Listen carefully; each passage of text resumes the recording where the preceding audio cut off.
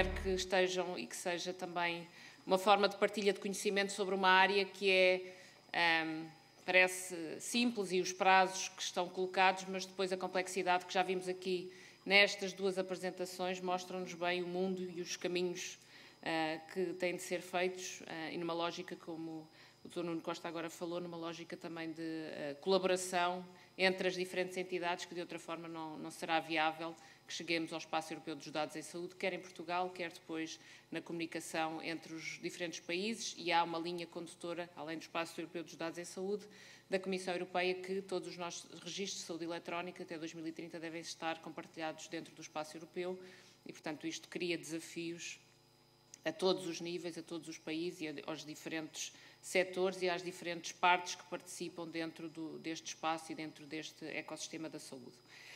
Passávamos agora para a mesa redonda e eu chamaria para se juntarem comigo para fazermos aqui breves apresentações e depois uma discussão. O Dr. Júlio Pedro, o assessor do Conselho de Administração da ULS de Santa Maria. Muito obrigada. A doutora Magda Coco, que é partner da VDA e com muita experiência nestas matérias e pertencente a diferentes redes que estão em curso sobre partilha de dados e transição de dados. O engenheiro José Vera, responsável dos sistemas e tecnologias de informação do Grupo CUF. A professora Cristina Vaz de Almeida, que é presidente para a Sociedade de Literacia em Saúde, e a doutora Alexandra Costa, que vem do Instituto Nacional Ricardo Jorge, que também nos vai compartilhar sobre um projeto que poucas vezes falamos, mas sobre os dados genómicos e que, portanto, que traz-nos também aqui o desafio das partilhas e destas regras que tivemos a ver sobre segurança e interação entre as partes. Falta aqui.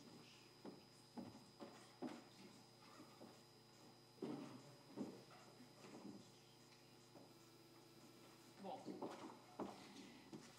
e eu chamaria, vou-me tentar sentar ali daquele lado, para não causar aqui perturbações, chamaria então, em primeiro lugar, o Dr. Júlio Pedro para nos fazer a apresentação.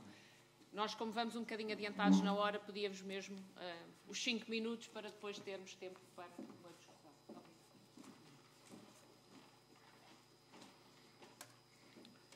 Bom dia a todos. Queria agradecer o convite na pessoa da professora Maria Helena, a Filipa Fisch, que também fez este desafio.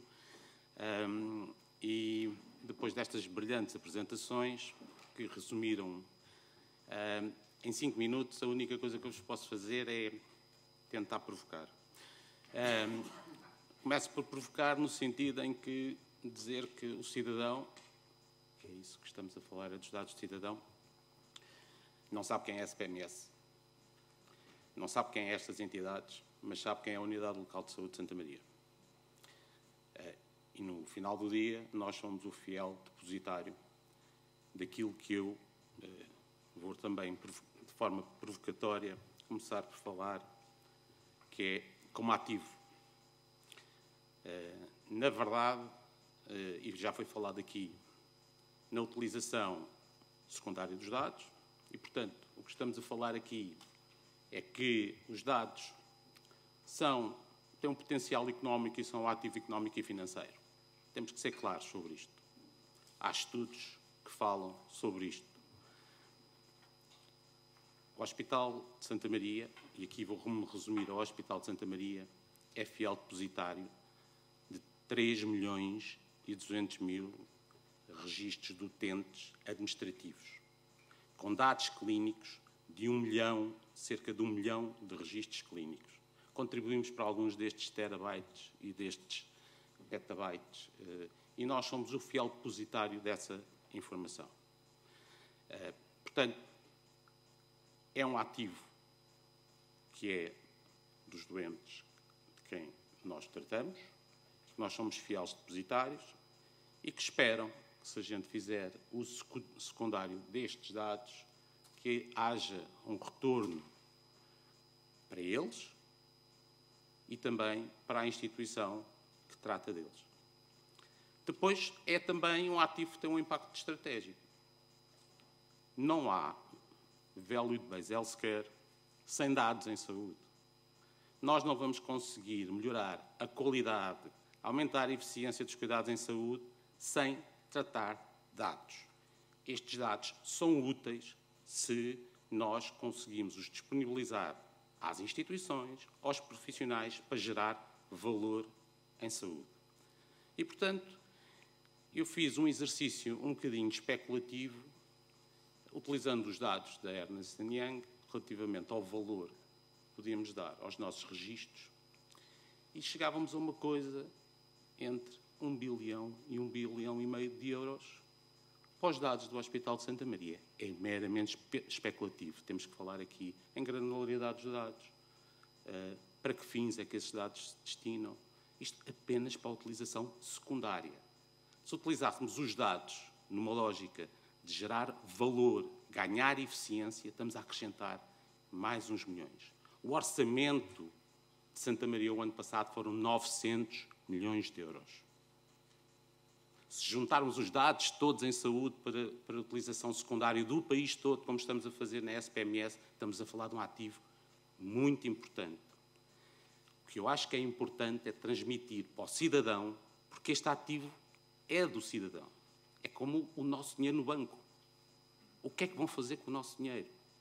E é suposto, quando eu meto o dinheiro no banco, ter algum retorno. E, portanto, isto tem que ficar claro para as pessoas. Não é só uma questão da autorização, do que é que estamos a fazer. É que retorno, que valor é que nós conseguimos dar aos nossos cidadãos, porque o cidadão é que está aqui, que é o detentor destes dados. Como é que a gente demonstra este retorno para as pessoas? Portanto, este era o primeiro. Isto já falámos um pouco, é a abordagem na lógica da utilização secundária ou da primária dos dados.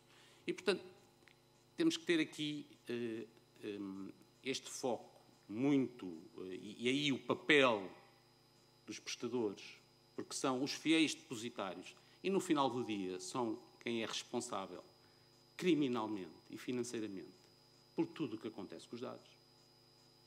E isto é um aspecto importante e, por isso, o Espaço Europeu de Dados em Saúde vem ajudar a tomar consciência e às instituições a terem que fazer um forte investimento na gestão dos seus dados e uma preocupação importante da forma, não só como nós próprios utilizamos os dados, mas como todas as instituições que vão trabalhar acima de nós, a SPMS, também fazem a utilização dos dados.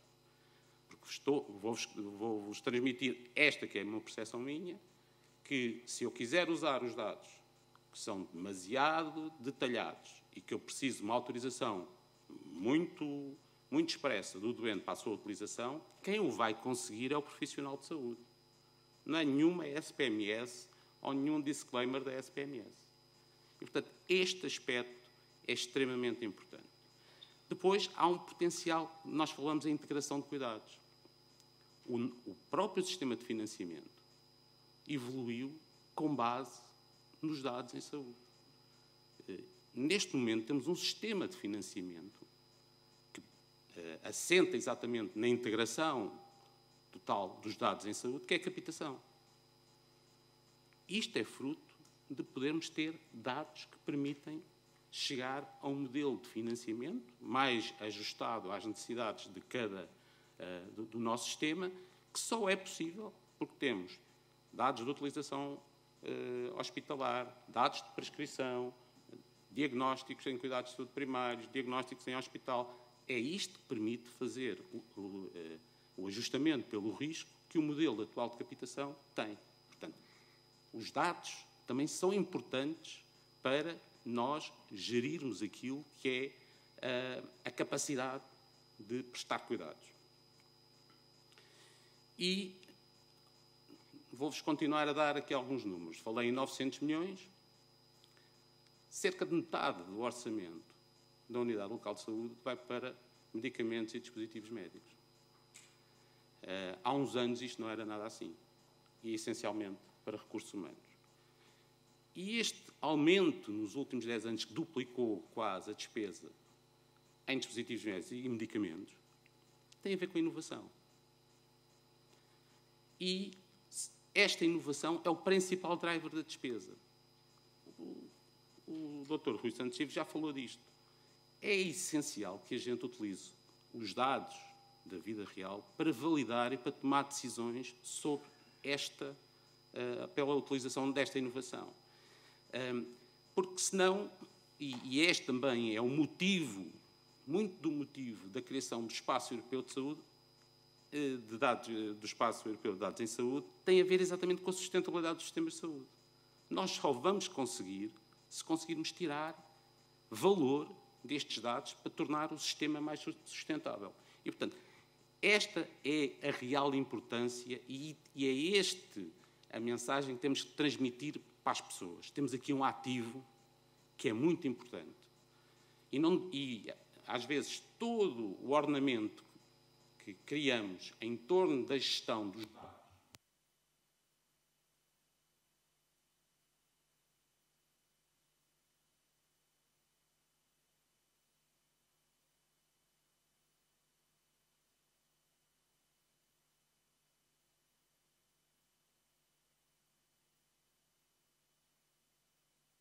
Ok. Isto dá uma captação de 2.500 euros por pessoa. Se calhar os dados em saúde dele valem muito mais do que isso. Portanto, temos que perceber e temos que conseguir arranjar uma maneira de transmitir como é que a utilização deste ativo vai gerar benefício para o cidadão, para as instituições, para o país e para a sustentabilidade do sistema. Queria também aqui só dizer uma coisa, porque se falou em inteligência artificial e eu não resisto. A inteligência artificial sem dados é estúpida. É assim. Algoritmo sem dados não funciona. E, portanto, tudo aquilo que vai ser a transformação gerada pela inteligência artificial vai ser com base nos dados. E também aí eu acho que o cidadão e as instituições têm que estar preparadas para lidar com esta situação. E saber explicar às pessoas. Porque não é fácil explicar isto ao cidadão comum. E se a gente os quer empoderar, e falamos na questão, falamos da literacia, mas às vezes, quando estamos a falar disto, somos muito técnicos. Temos que chegar às pessoas de uma forma simples. E não é fácil. Estas questões não são fáceis. Qual é aqui o posicionamento da Unidade Local de Saúde de Santa Maria? Eu já tentei-vos demonstrar pelos dados que nós temos. Portanto, temos um ativo importante em dados em saúde. Temos a confiança dos nossos cidadãos. Portanto, somos os principais interlocutores com os detentores do ativo. E pela nossa dimensão e pelo papel que tem como instituição de investigação e de formação, é determinante ser um parceiro e ter um posicionamento e ser líderes nesta área. Para sermos líderes nesta área, temos que pensar, se estamos a falar de bilhões de euros, o investimento que estamos a fazer, ou a forma como estamos a fazer o investimento para capacitar as nossas instituições, é absolutamente miserável. Não tenho outro termo para dizer. Comparativamente a investimento em equipamentos e em infraestruturas, é miserável. Temos que passar a ter investimentos nesta área dos dados, e eu falo de dados para ser suficientemente abrangente, para ir desde as infraestruturas à capacitação e a ter profissionais que consigam lidar com esta nova realidade, estruturas organizacionais que conseguem lidar com esta nova realidade.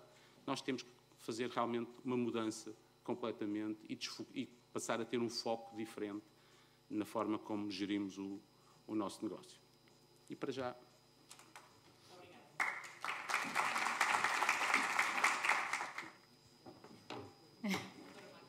Bem, vão lançar a minha apresentação, mas eu vou prescindir de apresentar porque o Dr. Nuno Costa fez o favor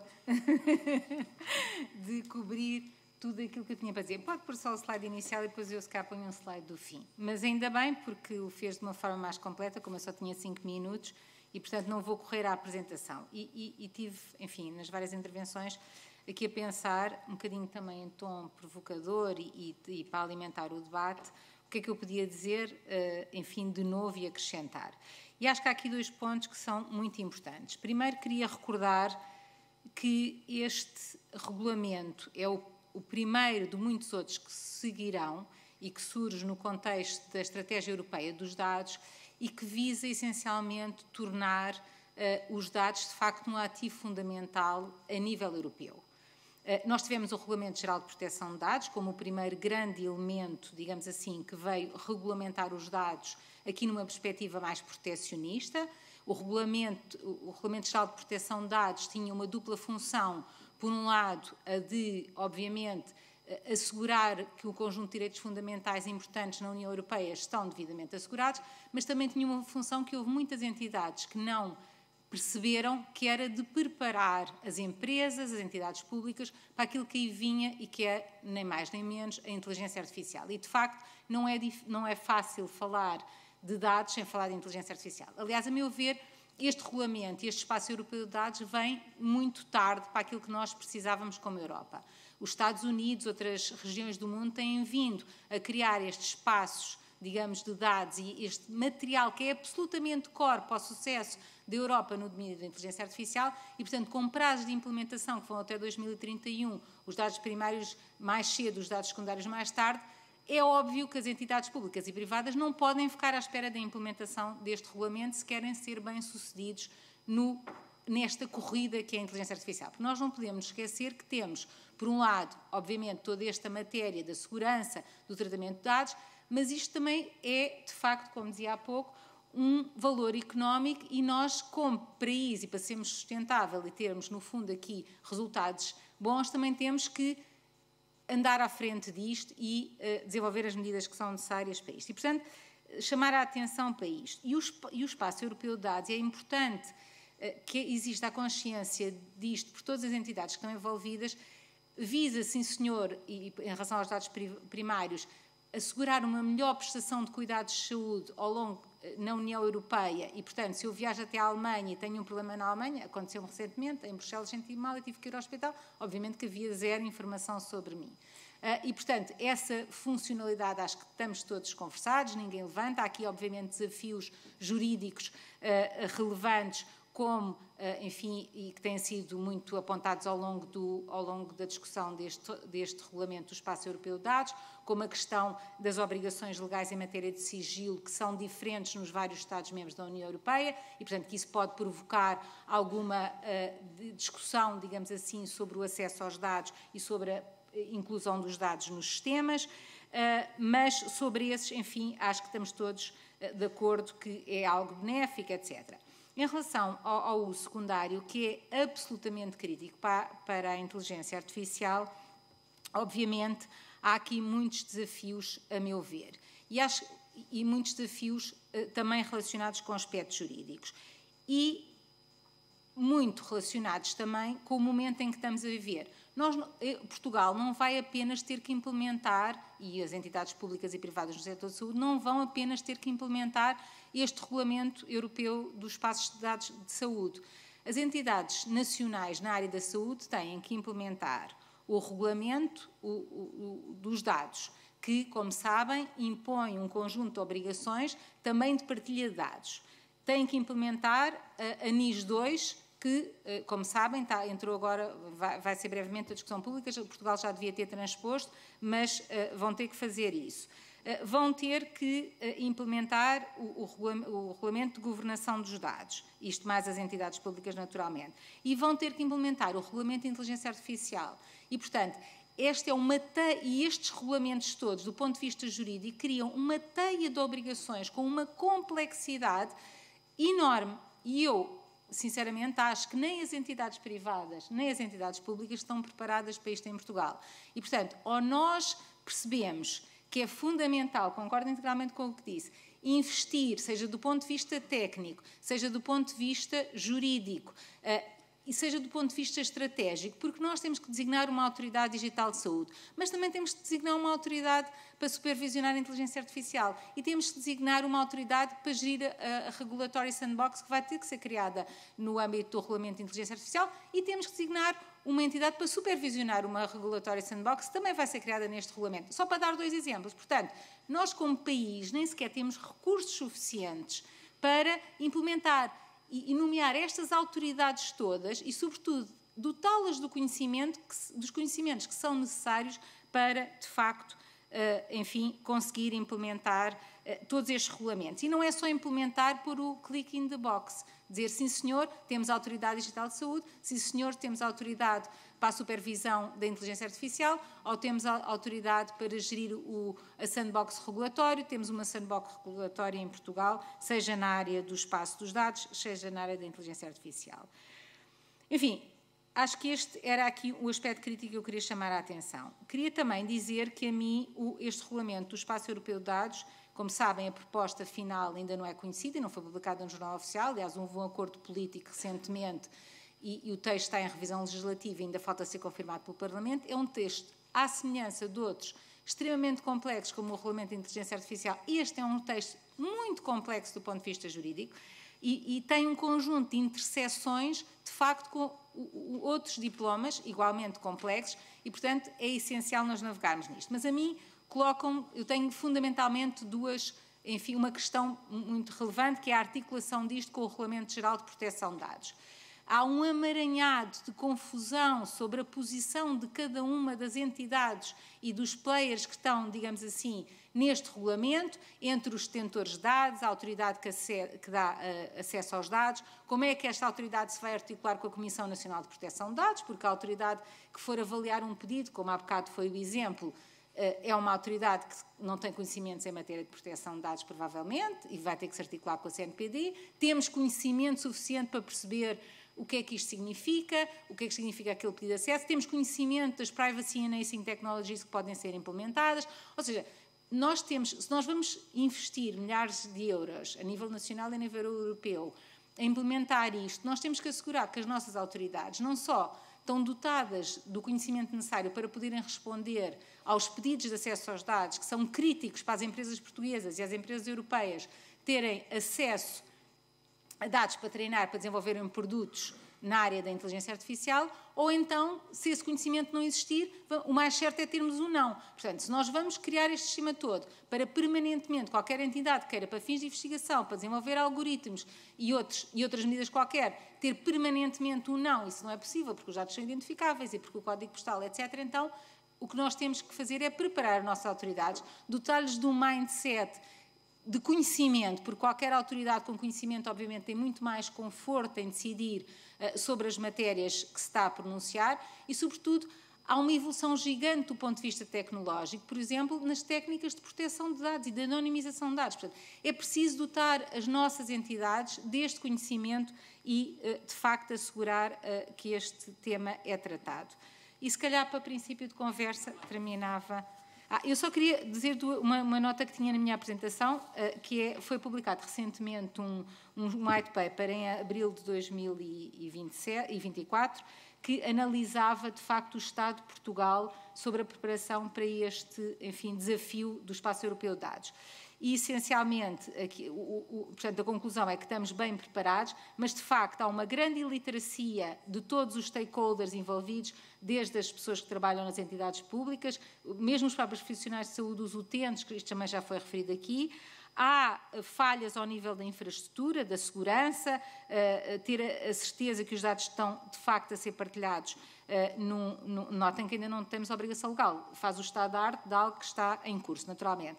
Uma grande também necessidade de investimento na gestão dos dados, o tema da interoperabilidade, do fluxo de dados e da criação de mecanismos de encriptação e de segurança dos dados e, finalmente, a necessidade de envolvimento de todos os stakeholders a nível nacional. Acho que isto também é um dado importante para a discussão.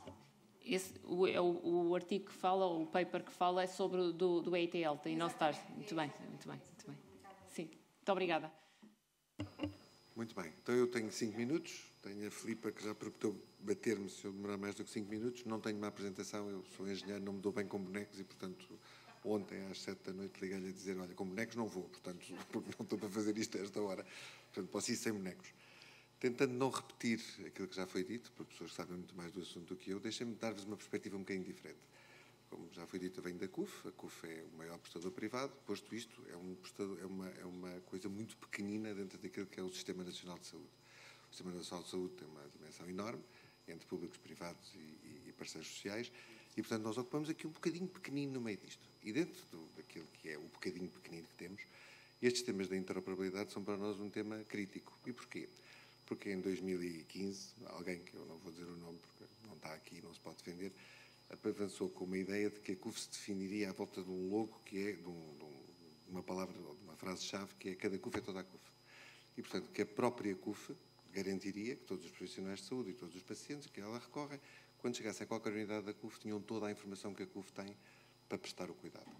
Portanto, o tema da interoperabilidade começou dentro de casa, que é como é que nós vamos conseguir fazer isto, como é que partimos o conceito de que o hospital é em si mesmo um silo, de que cada especialidade é um silo, que cada MCTT é um silo, para garantir que qualquer profissional de saúde, em qualquer CUF, onde quer que esteja, consegue ter toda a informação que a CUF tem sobre um determinado assunto. E começámos a fazê-lo naquela lógica de que isto seria um investimento. Depois chegámos rapidamente à conclusão de que era uma poupança.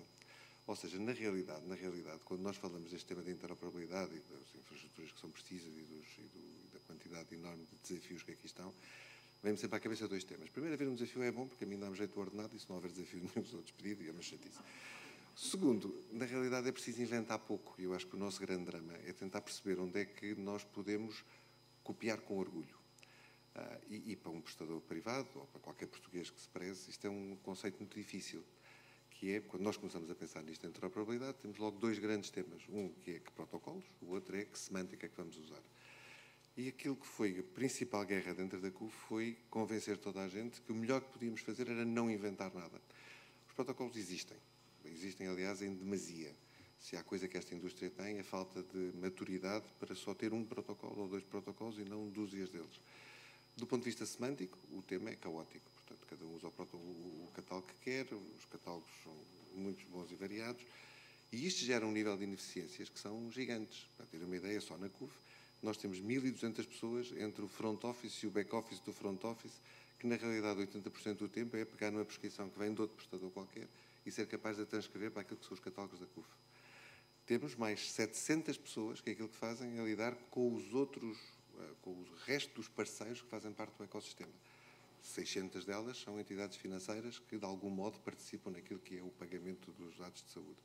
Se olharmos só para os custos que estão associados com isto, o dinheiro que liberta ser mais eficiente nestes tratamentos todos, mais do que compensa aquilo que são a necessidade de investimentos que temos para fazer. Se nós partirmos, ou considerarmos como bom um estudo que tem uns anos e que eu não me lembro qual é o ano, portanto não vou referi-lo, que eu, se não me engano, foi da SPMS, sobre aquilo que são os atos duplicados que acontecem no sistema como um todo. Pessoas que fazem análises quando não precisariam de as fazer, que fazem taques quando não precisam de fazer porque já os fizeram, quando repetem a raio-x quando chegam à urgência. Estamos a falar de bilhões de euros, de milhares de milhões de euros. Portanto, se conseguimos ter uma eficiência que seja 10% melhor, aquilo que conseguimos libertar do sistema é notável e permite fazer os investimentos que nos faltam do outro lado. Portanto, aquilo que nós temos feito na CUF, temos investido uma quantidade de dinheiro, mas na realidade, temos poupado dinheiro, porque entre aquilo que diminuímos dos nossos custos com aquilo que temos que investir para conseguir a eficiência, o resultado é um resultado líquido, é um resultado positivo. Porquê é que isto é difícil? Porque há milhares de stakeholders, desde quem produz os equipamentos médicos, às várias entidades que estão envolvidas nestes processos de troca de um lado para o outro. A complexidade é grande, não porque ela seja estruturalmente complexa, mas porque nós criamos todo um ecossistema que é ele mesmo muitíssimo complexo. Para terem uma ideia, entre os dois maiores seguradoras neste país, que são a Medis e a Multicare, não conseguem chegar a acordo sobre as semanas de gestação. Portanto, quando uma grávida vai à CUF e se abre um processo para um exame, se for da Medis, a medição das semanas é feita de uma maneira, se for da Multicare, é feita da outra. É só idiota. Nós andamos a ter filhos há uns milhares de anos. Portanto, se há alguma coisa que podíamos já ter standardizado, é que raio quanto tempo demora uma gestação normal. E se formos por aqui, os exemplos são mais que muitos. Portanto, o que é que nós temos estado a fazer? Temos estado a aproximar-nos da SPMS tanto quanto a SPMS nos deixa. Porque nesta lógica de que tem que tratar todos de forma equitativa, nós temos que andar mais devagar do que aquilo que gostaríamos. Temos feito os pilotos todos que são possíveis de fazer, nomeadamente naquilo que tem a ver com os exames, com os MCTTs, que eu acho que é mesmo um grande passo. Inclusive, prepararmos tudo para entrar em produção. Agora, aqui um tema jurídico ou legal, contratual, enfim, coisas dessas difíceis que eu não sei, que faz com que isto ainda não tenha avançado. Porque as vantagens para o sistema, e vistas só do ponto de vista daquilo que é a eficiência do sistema, são tão grandes, tão grandes, tão grandes, que faz um bocado de impressão perceber ou tentar entender porque é que ainda não aconteceram. O Espaço Europeu de Dados da Saúde, na minha perspectiva e na perspectiva da CUF, é uma coisa extremamente importante.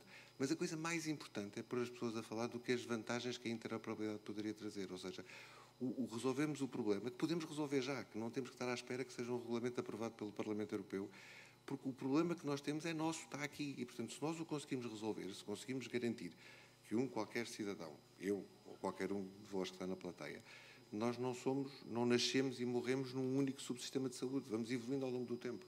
E, portanto, se conseguirmos diminuir as maldades que têm que nos fazer, o número de radiações com que nos bombardeiam para fazer taques e raio-x, o número de análises que fazemos que não são precisas, e garantir que temos sempre a melhor qualidade da prestação de cuidados e que o profissional de saúde tem toda a informação, é uma coisa super importante para qualquer um de nós. Portanto, se nós formos resolvendo cada um destes temas, à medida que eles vão acontecendo, em vez de termos uma visão global que nos paralisa e diz, bem, enquanto isto então não estiver aprovado, não há nada para fazer, os avanços podem ser palpáveis, de muito curto prazo e com vantagens muito grandes para todos nós.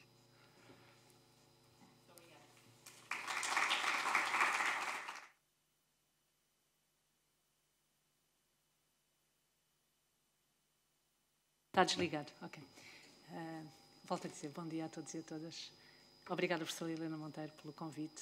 Eu venho em nome da Sociedade Portuguesa de Literacia em Saúde e a primeira pergunta que se faz é porque é que estamos a fazer dados. Ouvimos aqui falar de organizações, mas na realidade este espaço europeu dos dados é para as pessoas, não é? E sendo o primeiro espaço comum de dados no domínio específico, a pergunta é, isto é mesmo para as pessoas que podem retificar, tirar, alterar, etc., porque no final nós queremos é resultados em saúde, que as organizações se juntem para fazer uma boa plataforma para guardar esses dados e tratar esses dados, mas no final da linha, são realmente as pessoas. Saber que as pessoas acedem aos dados através do seu telemóvel, e por isso já temos uma grande quantidade de famílias com internet, com telemóveis, e poderão aceder a esses mesmos dados, mas há pessoas que não o têm, nomeadamente pessoas desfavorecidas, que vivem em sítios distantes, alguns migrantes, etc. Também sabemos que estes dados, e já foi aqui dito também pelo Dr. Nuno Costa, e por isso não me vou repetir, informa decisões, fornece novos conhecimentos científicos, mas na realidade a primeira pergunta, porque a estratégia, é mesmo isto, colocar as pessoas em primeiro lugar. Ou seja, estão ali estas pessoas e nós sabemos, por exemplo, em 10 milhões de portugueses, 50% têm baixa literacia em saúde, ou seja, 5 milhões não conseguem nem aceder, nem compreender, nem avaliar, nem tomar decisões acertadas em saúde. E para que é que servem estes dados se elas não conseguirem isto? Evidentemente que, dos objetivos do espaço europeu, o primeiro ponto de toda a legislação é mesmo esta, capacitar as pessoas para assumirem o controle dos seus dados em saúde. Ora, se temos pessoas com baixa literacia em saúde, e são muitas, mais de 5 milhões, só em Portugal, porque a nível europeu é a mesma coisa, são cerca de 49%, e por isso temos 300 milhões de pessoas com baixa literacia em saúde e que não sabem o que é que hão de fazer aos dados, não hão de saber utilizá-los, e por isso temos uma questão crucial que é como é que capacitamos estas pessoas. Evidentemente que o acesso aos dados, como aqui foi dito, para a medicina personalizada, a mobilidade melhorada, a melhor formulação de políticas. Aqui realço as questões das políticas públicas, associadas não só a esta estratégia de dados, mas também às questões da literacia em saúde e da promoção da saúde e da prevenção da doença. Sabemos que a prevenção da doença, cerca de 80% das doenças, estive há pouco tempo, 80% das doenças cardiovasculares têm a ver com fatores comportamentais, com o comportamento. E por isso isto também vai impactar, a doença impacta não só na saúde das pessoas, mas também nos dados que existem. Evidentemente que há barreiras, falta de um custo efetivo ainda desconhecido, tem-se uma avaliação. As políticas também públicas não estão ainda bem regulamentadas, Há alguma falta de investigação sobre isto ainda, porque estamos ainda num processo novo. E, por isso, a exclusão digital é um dos principais impulsionadores desta desigualdade. Ser equitativo significa dar as mesmas oportunidades. Não significa ser igual. Significa darmos as oportunidades às pessoas para elas poderem, de facto, aceder. Esta fotografia é minha. Eu tive a preocupação de perceber, naquela altura, em 2020, se estas pessoas tinham telemóvel, nenhuma delas tinha. Vivem assim, não é? Como é que nós fazemos chegar aqui esta informação em saúde? Como é que nós lhes fazemos compreender que os dados em saúde são importantes e que elas também vão ao médico, vão às organizações, fazem radiografias e têm o direito a clicar o botão a dizer eu quero ou eu não quero? Não é? Vamos tirar a oportunidade a estas pessoas? É uma questão. E por isso, no relatório do ano passado sobre saúde digital, dizia que era preciso confiança. E é esta confiança que tem que ser gerada. Nós fizemos um estudo da saúde digital em tempos de pandemia, uma amostra interessante, 400 e tal profissionais e pessoas comuns. E então, qual foi o resultado? É encontrar o sentido de espaço, comunicação e proximidade da saúde face a face, respeitando Posso ser. Nós temos, de facto, que analisar a jornada do paciente, cada vez mais, para perceber onde é que nós podemos depois investir nessa capacitação. E o paciente está dentro dos hospitais, está dentro das unidades de saúde, navega pelo sistema. Também temos que perceber que as pessoas interessam-se pelos dados se nós atrairmos através de outros elementos que são a ocupação, a distração, a companhia, o autocuidado, a diminuição da dor. Ou seja, como é que nós as capacitamos, trazemos-las para os dados para elas aprenderem. E por isso não se pode colocar no digital algo que falha no analógico. Obrigada.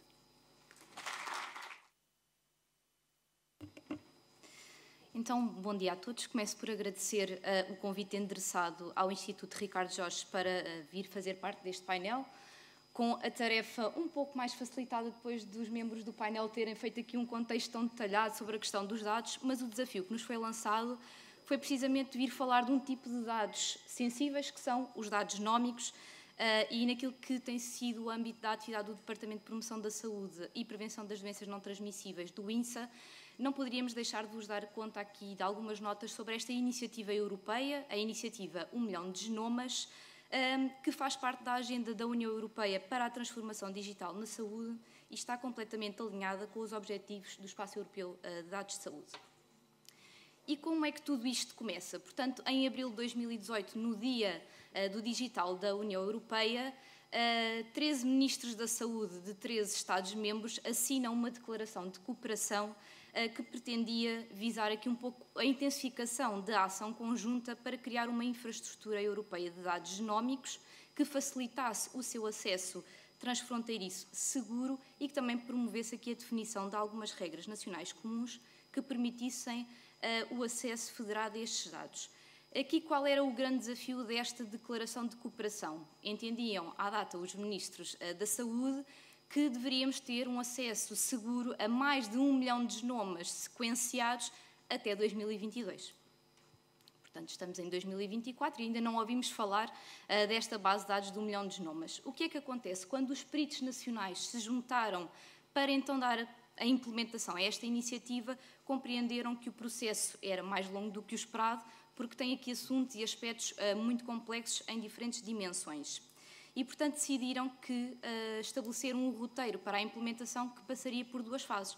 Uma primeira fase mais de concepção, quase de prova de conceito, de promover aqui alguma cooperação entre os Estados-membros e, mais tarde, sim, então passar-se para uma fase de expansão e sustentabilidade. Eu vou-vos dar aqui alguns pormenores sobre este primeiro projeto que encontram aqui do lado esquerdo, o Beyond 1 Million Genomes, talvez porque foi o primeiro em que eu participei e aquele que me é mais próximo e mais querido.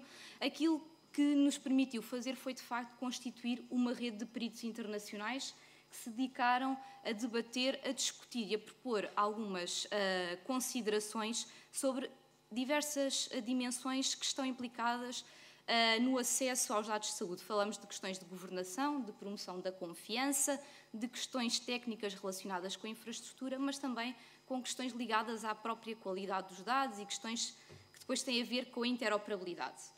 E aquilo que vos posso dizer também é que, ao fim de 3 anos de duração deste projeto, estes peritos construíram um grande repositório com um manancial de informação muito relevante, que vos convido a todos a aceder através deste QR Code, que é o OnePlus MG Framework, e que podem encontrar lá todos os produtos que foram elaborados por estes peritos em matérias de qualidade dos dados, de aspectos éticos e legais, questões relacionadas com o consentimento informado de dados, mas também aspectos relacionados com a implementação da medicina genómica ao nível nacional. O INSA teve a feliz tarefa de coordenar aqui o desenvolvimento de um modelo de maturidade para que os países avaliassem o nível de implementação e de preparação para receberem a medicina genómica, que não é uma coisa do futuro, já é utilizada, ela simplesmente não está completamente internalizada nos cuidados de saúde de uma forma abrangente a várias especialidades médicas. E assim, qual é o objetivo para 2027? É assim constituir a tal base de dados genómicos de referência, talvez não cheguemos a 1 milhão de cidadãos ou de genomas, mas para construir um consórcio para uma infraestrutura europeia digital que é conhecida na comunidade europeia como uma EDIC, porque detém uma personalidade jurídica para poder decidir sobre algumas questões relacionadas com o acesso a dados.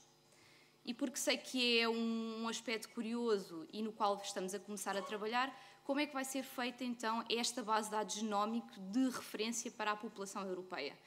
A estratégia aqui, que passou naqueles vários projetos que vos mostrei e que têm contribuído com diferentes peças para chegarmos a esta arquitetura para uma infraestrutura de acesso federado aos dados, que ficam nos nós nacionais dos seus países e têm assim aqui uma interoperabilidade para uma infraestrutura centralizada, foi feito um mapeamento dos genomas clínicos que já existiam e que podem ser utilizados porque têm como base um consentimento onde há o acesso a uma utilização secundária. Aquilo que será partilhado serão apenas os metadados, nunca os genomas dos indivíduos. E depois temos sim este projeto, o Genoma da Europa, que arrancou este ano e que cada Estado-membro participante irá então contribuir com um corte nacional de genomas de referência para constituir esta grande base de dados. Aqui também dar uma nota, qual é a grande importância de todos estes projetos, especialmente este projeto da Europa. A União Europeia reconhece que estava numa posição um pouco debilitada face a outros atores internacionais, os Estados Unidos ou a China, naquilo que diz respeito ao acesso aos dados e especialmente da medicina genómica, por todas as implicações que ela tem, não só na entrega de cuidados de saúde mais personalizados, mas também o impacto que pode ter na inovação, na investigação e todo o valor económico, e não só que pode ficar internalizado na Europa, e assim decide que está na altura de tomar também a dianteira e estamos perante um dos grandes projetos mundiais em medicina genómica. Pronto, estas eram as linhas gerais para dar início a esta nossa discussão que queria partilhar convosco. Muito obrigada. Muito obrigada. Bom, então, começando, se calhar, doutora Alexandra, e pegando aqui neste último exemplo que nos trouxe, se pudesse partilhar connosco um pouco, enfim, fomos vendo aqui nas apresentações da manhã, é um mundo muito complexo, este caminho para integrar os dados, poder disponibilizar os dados, as regulamentações, as autoridades que depois têm de verificar. Neste projeto, que eu penso que é ótimo que seja aqui apresentado também na lógica de dar a conhecer e todos nós percebermos o que está a ser feito, quais foram os principais desafios? Porque no final do dia este projeto tem um pouco de todas estas partes que fomos aqui falando sobre o Espaço Europeu dos Dados em Saúde. Quais foram os principais desafios, ou continuam a ser, e como é que isto depois se traduz para a inovação e como é que é possível esta utilização dos dados genómicos? Agradeço a questão, que é muito pertinente, e tal como todos os membros deste painel responderiam, os desafios são sempre muitos e às vezes o mais difícil, de facto, é resolver o desafio, porque este grupo de peritos que se reuniu aqui, e acho que a grande vantagem disto foi aproximar todos os Estados-membros da União Europeia, porque de facto existem alguns países que já têm estratégias nacionais de medicina personalizada ou medicina genómica implementados e outros países estão muito mais atrás e outros ainda estão a dar os primeiros passos em matéria até de saúde digital. E, portanto, estamos a falar aqui num nível de assimetrias muito grande entre estes países. E esta network deu-nos a possibilidade de também ficarmos a conhecer este panorama de assimetrias e como é que os países que já estão mais à frente nos podiam ensinar e trazer aqui boas práticas e algumas lições que possam ser evitadas pelos países. Portanto, desde logo começar pelo desafio mais óbvio, que é como ultrapassar algumas das questões éticas e legais que estão associadas à utilização ou ao acesso dos dados genómicos.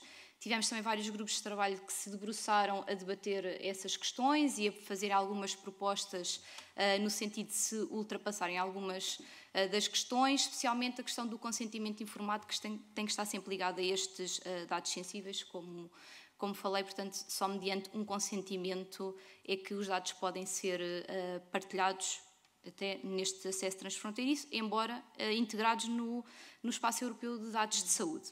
Portanto, também outra questão que tem sido um grande desafio é, de facto, promover esta rede federada e encontrar aqui os padrões de interoperabilidade, de critérios de qualidade de dados que sirvam a todos os países, porque se alguns já têm algumas coisas implementadas, outros podem não ter, mas como encontrar aqui, de facto, a padronização, pretendemos para esta estrutura federada e, mais uma vez, esta network permite, de facto, trazer aqui a discussão e o conhecimento dos vários países. Depois, também, quando falamos já da implementação nos serviços de saúde, e também em complemento com o que a doutora Cristina nos disse, de facto, há falta de literacia, e não é só ao nível do cidadão, falamos também dos decisores políticos e dos profissionais de saúde para a implementação destas tecnologias que têm por base os dados genómicos. E não estamos a falar só de testes genómicos, estamos a falar também dos algoritmos que podem vir a trazer aqui algum apoio à decisão clínica e que passam a ser então vistos como dispositivos médicos e que para serem criados há uma necessidade de garantir que os dados sobre os quais eles são elaborados são de qualidade e, portanto, também houve aqui esta necessidade de se discutir a questão da qualidade dos dados e qual seria a melhor forma de garantir.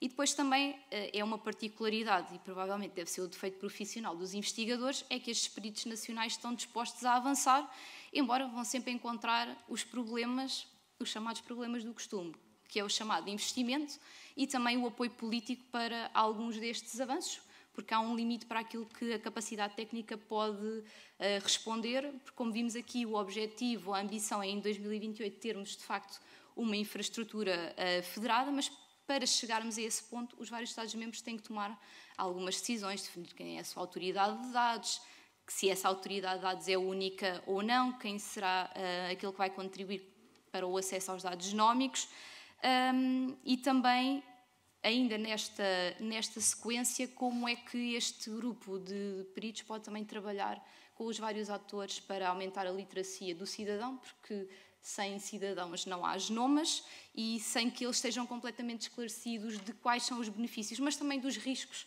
que correm com esta partilha de dados e como é que se fará este equilíbrio para a utilização, porque já percebemos que não é a altura de voltar atrás, é a altura de avançar e como é que podemos avançar da forma mais segura possível e também termos os profissionais de saúde a aderir a esta medicina genómica.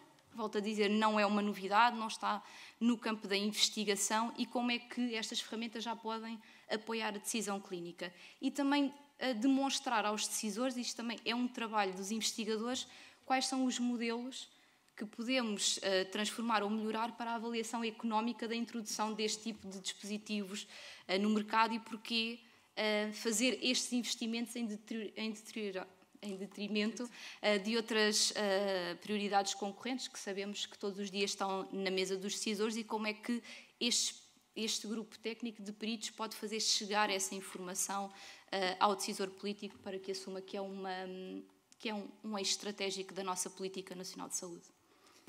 Só uma curiosidade, estes dados, por exemplo, a nível de Portugal, estão... onde é que eles são guardados? Em cada entidade ou estão centralmente guardados?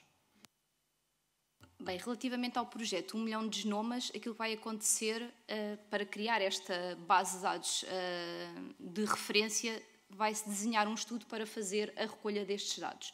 Ainda se está a definir também onde é que estes dados irão ser armazenados, mas está-se a pensar numa estrutura centralizada, completamente dedicada ao armazenamento destes dados, porque ao nível nacional, e esta estratégia da iniciativa de 1 milhão de genomas também acabou por acelerar em Portugal. É quase que uma janela de oportunidade para que o Instituto Ricardo Jorge pudesse coordenar aqui o desenho de uma estratégia nacional para a medicina genómica e que, claro, tem que ter esta questão dos dados de saúde e genómicos, porque também deixar aqui a nota, os dados genómicos isolados também têm pouco valor. Portanto, estes dados têm que estar ligados a outros dados de saúde associados para que, de facto, se possa traçar um perfil e relacionar o desenvolvimento de patologias com outros fatores e indicadores de saúde, outros biomarcadores, questões ligadas aos estilos de vida e, portanto, também precisamos depois de fazer com que este repositório de dados genómicos ou tenha um catálogo de metadados associado com alguns outros dados de saúde ou que mais tarde, numa fase em que já haja uma maior maturidade, se consigam ligar àquilo que é o registro de saúde eletrónico ou, pelo menos, ir buscar alguma desta informação. Isto para a utilização. Muito bem, muito obrigada.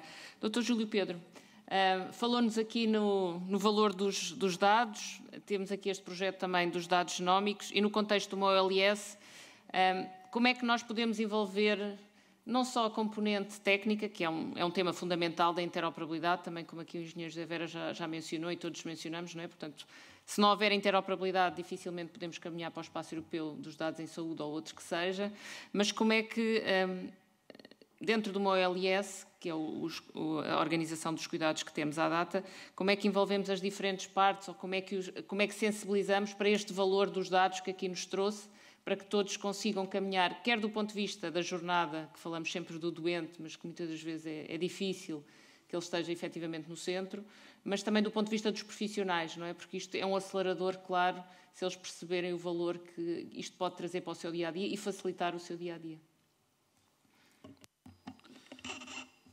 Bem, eu começava por dizer que esta questão da interoperabilidade, em termos de saúde, é igual à integração de cuidados. Quer dizer, não há integração de cuidados sem interoperabilidade. Depois está sempre aquela coisa que a gente diz que há interoperabilidade às vezes entre os sistemas, mas não há entre as pessoas. E o objetivo da integração de cuidados e da interoperabilidade é realmente haver coordenação dos cuidados. É perceber a jornada do doente, é perceber como é que podemos gerar valor para as pessoas, como é que podemos melhorar os resultados, como é que podemos melhorar a experiência. E quando falamos nos famosos PROMs e PREMs, isto são dados. Portanto, nós temos que ter esta interoperabilidade e isto leva-me para uma questão muito... Nada melhor do que um exemplo do dia-a-dia. Nós estamos em verdade para um projeto com alguma dimensão de telemonitorização. Como sabem, existem múltiplas plataformas de telemonitorização. É preciso começar a criar uma forma para os profissionais conseguirem trabalhar na mesma base de telemonitorização e porque percebemos que os ganhos da telemonitorização são muito grandes em termos de reduzir internamentos, em termos da participação do doente, do envolvimento do doente, da relação com o profissional, incluir ferramentas de inteligência artificial para gerar alertas. Portanto, há muito ganho em termos de gerar valor, de integração e de coordenação. E eu olho, de repente, tenho aqui a minha delegada de proteção de dados, a doutora Ana Vidigal, e isto aparecem como projetos de transformação digital, de inovação, e o que é que nós começamos a perceber que é preciso existir desde o início? No momento da concepção, que estamos a fazer estes projetos, que vão passar por dados, por sistemas de informação, temos que envolver, desde o início, o nosso delegado de proteção de dados, a nossa área de sistemas de informação, com especial importância para a cibersegurança, para o alojamento de dados, como é que eles circulam na nossa rede, e temos que envolver os profissionais. Porque nós não podemos ver, dentro das nossas organizações, isto é um problema do dia-a-dia, a proteção de dados de duas formas, com duas crenças. Os tipos, quando a gente não quer fazer alguma coisa, dizem não podem ser feito, não é? Isto habitualmente é assim. Ou quando estamos com medo que aconteça alguma coisa, responsabilizar, não fizeram o devido trabalho e, portanto, abandalhamos um bocadinho, desculpem a expressão, a forma como utilizamos os dados. Porque temos de ter toda esta noção. Os dados estão a ser utilizados nas nossas instituições para uso primário, mas também para uso secundário. Há muito tempo que são. Com que retorno? E esta que é a questão importante. Se nós não temos uma estratégia e não olhamos para isto, e é o que a Europa fez, mas todos nós temos que fazer dentro das nossas casas, não é? Como é que nós podemos pegar neste valor, como é um biobanco, como nós temos, e como é que relacionamos? Temos ali um ativo importante. Há muitas solicitações, o biobanco já é utilizado na investigação e já é feito o uso secundário dos dados. Agora, como é que nós transformamos isto de forma segura, com boa gestão do risco, que demonstre retorno para o cidadão? E isto é essencial, esta questão de o cidadão tem que perceber o benefício da disponibilização dos seus dados. E os profissionais também têm que perceber o benefício de estarem a colaborar neste processo de envolvimento, porque é verdade que cada cidadão é ele próprio o dono dos seus dados. Já falámos aqui que a assimetria da informação é muito importante, como é na saúde em geral. Mas há aqui uma função importante, que é a função da agência, que se aprende em qualquer área de economia da saúde.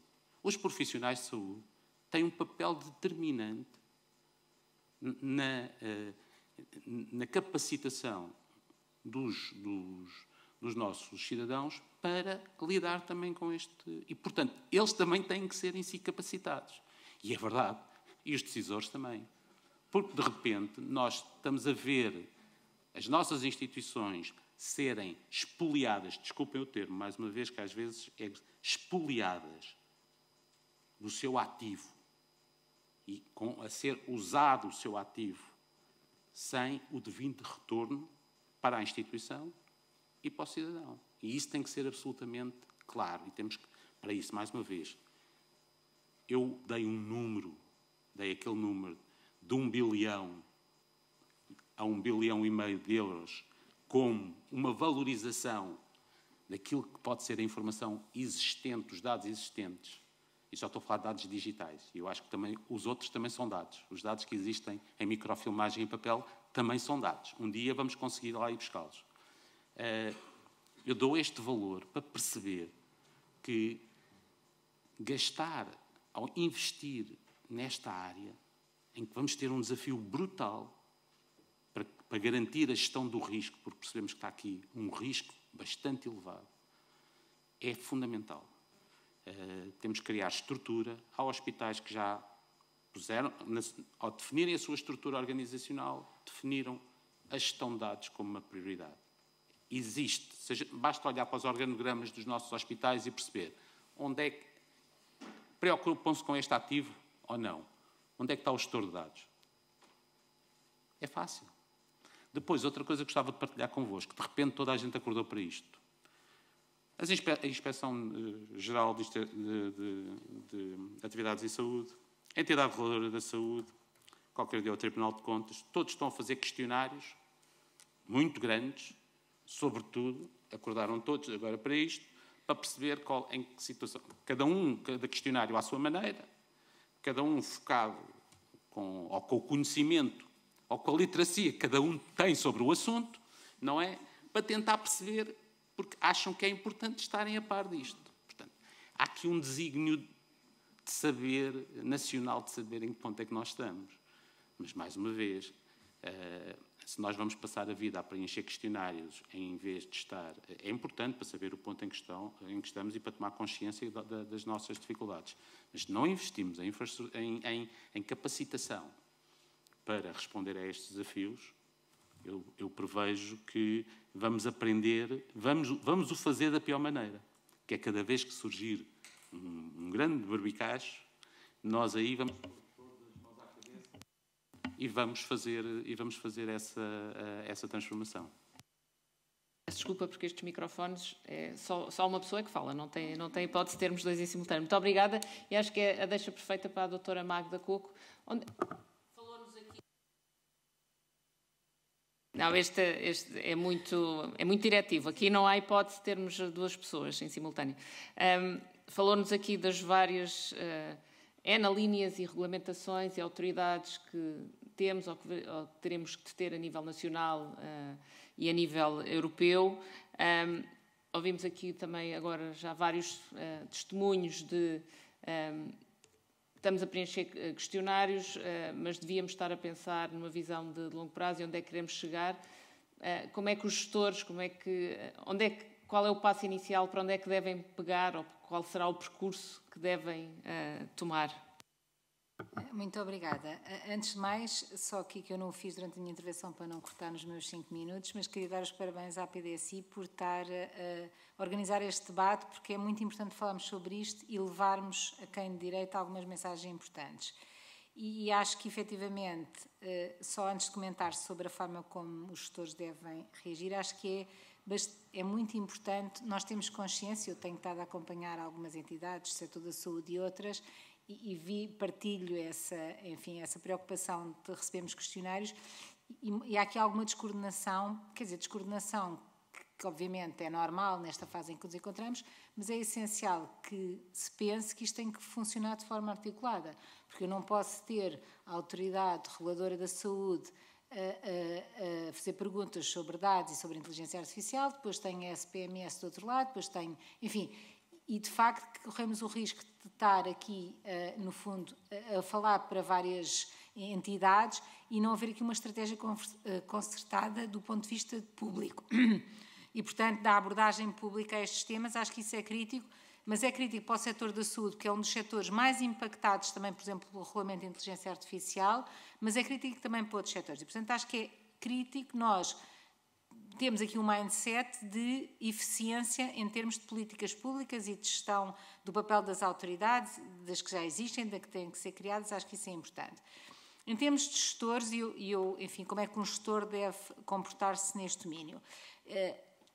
Aqui há uma abordagem, ou há uma visão estratégica sobre esses temas, e nós, como eu disse na minha intervenção, logo no RGPD, houve instituições públicas ou privadas da área da saúde que, mal o RGPD foi publicado, começaram a pensar no assunto e tiveram uma estratégia, e hoje em dia essas instituições estão melhor preparadas para o que aí vem. Aqui é um bocadinho a mesma lógica.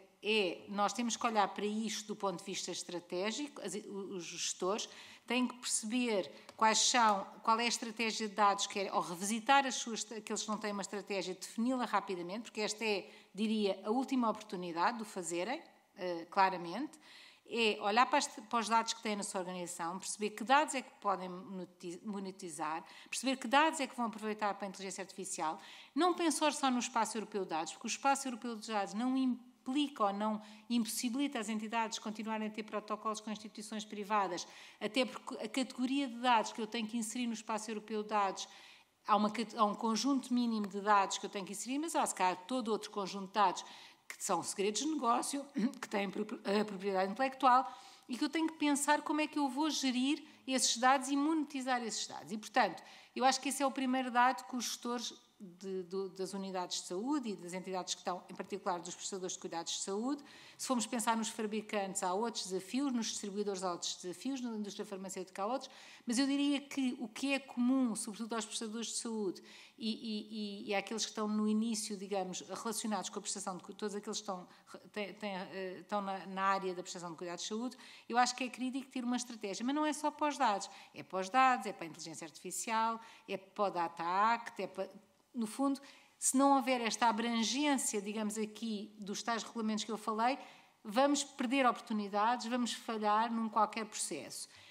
E ter o envolvimento, não sei se do DPO, mas seguramente de alguém que tenha esta visão digital, digamos assim, eu acho que todos os hospitais deviam ter uma unidade que pensasse a saúde digital, digamos assim, que olhasse para estes temas de forma integrada, desde a cibersegurança, aos temas do valor dos dados, aos temas regulatórios dos dados, aos temas da inteligência artificial. Portanto, acho que ter essa unidade e tentar aqui, e nas entidades públicas, calhar, ter essa abordagem centralizada para não se ter tantos custos, era uma opção, não sei se funcionaria ou não, mas temos de facto aqui alguém que pense com esta duplo mindset. Nós tendemos muito a ver a perspectiva regulatória e, portanto, é importante a perspectiva regulatória, mas a perspectiva regulatória também tem que estar ao serviço da inovação e da sustentabilidade da atividade dos prestadores de cuidado de saúde. Portanto, eu diria que esta era a principal mensagem. Depois, na prática, obviamente, há hospitais que já começaram a adaptar-se ao regulamento de inteligência artificial, há outros que nem estão a pensar nisso ou que vão começar para o ano, quer dizer. E o tempo com que se faz isto, a diferença é que permite às entidades introduzirem processos com mais tempo, fazerem investimentos com mais calma, poderem auscultar o mercado, perceber e, portanto, o fazer com mais ou menos tempo. E nós, tipicamente à portuguesa, eu lembro quando foi o RGPD, nós a determinada altura dissemos aos clientes, nós já não conseguimos atender mais clientes, porque já não, no prazo que tínhamos, estávamos a 1 ou 2 meses do RGPD entrar em vigor, já não íamos conseguir fazer nada, era só dizer cumpre, não cumpre, mas aquilo não acrescentou valor nenhum à organização. E, portanto, o perceber que é preciso começar a pensar estrategicamente neste tema. Agora pensamos, isto é até 2031, está bem, tenho um prazo em 25, depois tenho outro em 27, então eu tenho muito tempo. Isso é a decisão errada. Muito obrigada. Esse é sempre um tema de... Achamos que vai muito longe o prazo, mas o preparar antes. Passando agora para o engenheiro José Vera, falaste aqui do tema da interoperabilidade, que é um tema, quer dizer, independentemente do Espaço Europeu dos Dados em Saúde, é um tema crítico, porque sem ela, enfim, poderemos querer tudo, mas não vamos conseguir ter os dados. A pergunta era um bocadinho, e pensando também neste tema da saúde digital, e tu tens essa abrangência, porque é que isto ainda não está resolvido, não é? Porque a interoperabilidade, enfim, já há uns anos na saúde se discute e continuamos, eu acho que ainda um bocadinho na luta para que isso aconteça. E depois como é que tu vês esta visão mais abrangente deste caminho, quer para o Espaço Europeu dos Dados em Saúde, quer para a aplicação depois de algoritmos ou de inteligência artificial, que efetivamente possam trazer valor neste contexto, por exemplo, das unidades de saúde privada e como um grupo, numa visão global? Então, pronto, começando pelo início, e é mesmo pelo início, a inteligência artificial e todas estas coisas são hiper importantes e super interessantes do ponto de vista do potencial que trazem. Mas elas têm que se basear numa fundações sólidas, e essas fundações sólidas significa ter dados de qualidade, dados completos, dados que permitam criar séries temporais, não só para o tema da criação dos modelos e do treino dos modelos, mas, acima de tudo, para nós garantirmos que temos uma visão completa daquilo que é a pessoa, o paciente que está à nossa frente e de tudo o que tem a ver com Population Health Management de uma determinada comunidade ou de uma determinada zona. Portanto, a primeira coisa tem que ser garantir que estes existem. E nós temos, de facto, muitos dados, muitos. Dados com muita qualidade, nem tanto. E porquê? Porque ao longo de muitos anos nós fomos usando catálogos que eram dispares, fomos permitindo que houvesse uma grande variabilidade na forma como os profissionais de saúde e as organizações criavam catálogos ou criavam estruturas de catálogos que utilizavam internamente e que não eram iguais àquilo que acontecia do outro lado. E muita desta informação acaba por se perder no tempo. Portanto, nós temos os dados, temos alguns dados desses estruturados, só não conseguimos perceber o que é que eles querem dizer. Porquê? Porque as escalas na qual as medições foram feitas, porque o tipo de catálogo que foi usado para registrar esta informação, ou se perdeu no tempo, ou está fraturado. E, portanto, garantir que conseguimos fazer esta reconversão para trás é muito difícil. Nós, neste processo de interoperabilidade na CUF, fizemos-lo com várias patas, digamos assim, ou vários streams. Um deles foi o stream dos dados, em que quisemos garantir que não havia dados em equipamentos que não estavam centralizados, que esses dados, quando eram centralizados, seguiam uma determinada norma, e a primeira guerra foi qual é a norma. Portanto, normas há muitas, na saúde então não acaba, e acabamos por usar um princípio que temos tentado usar em tudo, que é não inventar nada. Portanto, já está basicamente tudo inventado, portanto alguém já inventou, vamos de todas as invenções que já foram feitas, qual é aquela que melhor se adequa. Acabamos por escolher um standard chamado CDA, que é Clinical Document Architecture, lá dos senhores veteranos dos Estados Unidos, como eles andam em guerra há décadas, têm veteranos por todo lado e, portanto, têm um problema de interoperabilidade dramático. Então, como é que eles o resolveram? E resolveram com esta estratégia e começámos a migrar dados para lá. E chegámos à triste conclusão que, de facto, bastante acima de 90% dos dados que conseguimos migrar tinham necessariamente que ser pouco estruturados. Porque para conseguirmos ganhar alguma informação de qualidade, não podíamos usar muitas das escalas que tinham sido utilizadas porque a incompatibilidade entre os vários equipamentos, entre as várias formas de descrever o resultado, eram tão grandes que tornar aquilo tudo, pôr tudo no mesmo sítio, era estar a enganar toda a gente porque aquilo não era o que lá estava. Portanto, sim, muito PDF, muita coisa escrita, mas dados estruturados, muito poucos. E este foi o primeiro grande drama. Porque isto está-nos na massa do sangue e nós gostamos de inventar e, portanto, quando perguntamos a dois médicos da mesma especialidade qual é que é o catálogo certo, é garantido que temos duas respostas diferentes. Não é tão mau como os advogados, quando pedimos a dois temos 4, mas aqui só temos 2. Mas não deixam de ser 2 diferentes. E se perguntarmos a 8, temos discussão para os próximos meses. Portanto, como é que esta coisa se faz acontecer? É um tema complexo que fomos salvos pelo GONGO, pela SPMS. Porquê? Porque eles começaram a publicar catálogos. E claro que ainda os bits não estavam secos, já havia um coro de profissionais de saúde a dizer que disparates, só fazem disparates, falta este código, falta aquele, isto não é possível isto, não é possível aquilo. Mas mais vale ter um, entre aspas, mau catálogo, que by the way não é, do que não ter catálogo nenhum e cada um fazer como quer. Coisas muito básicas, ou que deviam ser muito básicas em 2024, como é o caso da patologia clínica, e já não falo das coisas mais complexas da patologia, mesmo o pão com manteiga, cada um dos grandes prestadores, e vamos até deixar de fora os pequenos, usa o seu próprio catálogo e tem o seu próprio catálogo. Tem sido uma batalha sem fim convencer os principais fornecedores de patologia clínica da CUF a usarem um catálogo, que é o CEPAL, da SPMS. Longe de ser perfeito, mas é aquele. E já que o têm que usar quando respondem aos pedidos do SNS de análises, então que o façam também em relação aos privados. Destas pequenas vitórias, que são ditas desta maneira, parecem um bocadinho vitórias de pirro, porque são coisas tão evidentes que não se percebe porque é que demoram tanto tempo. Demoram, de facto, muito tempo a acontecer. Conseguir que os senhores da General Electric e da Siemens consigam estar de acordo na forma como se mede uma dose de radiação, para podermos ter uma única escala de radiação nos relatórios que temos que entregar ao regulador, mas que queremos usar internamente para perceber qual é, enfim, a quantidade de radiação com que já bombardeamos qualquer desgraçado. Estamos há um ano nisto.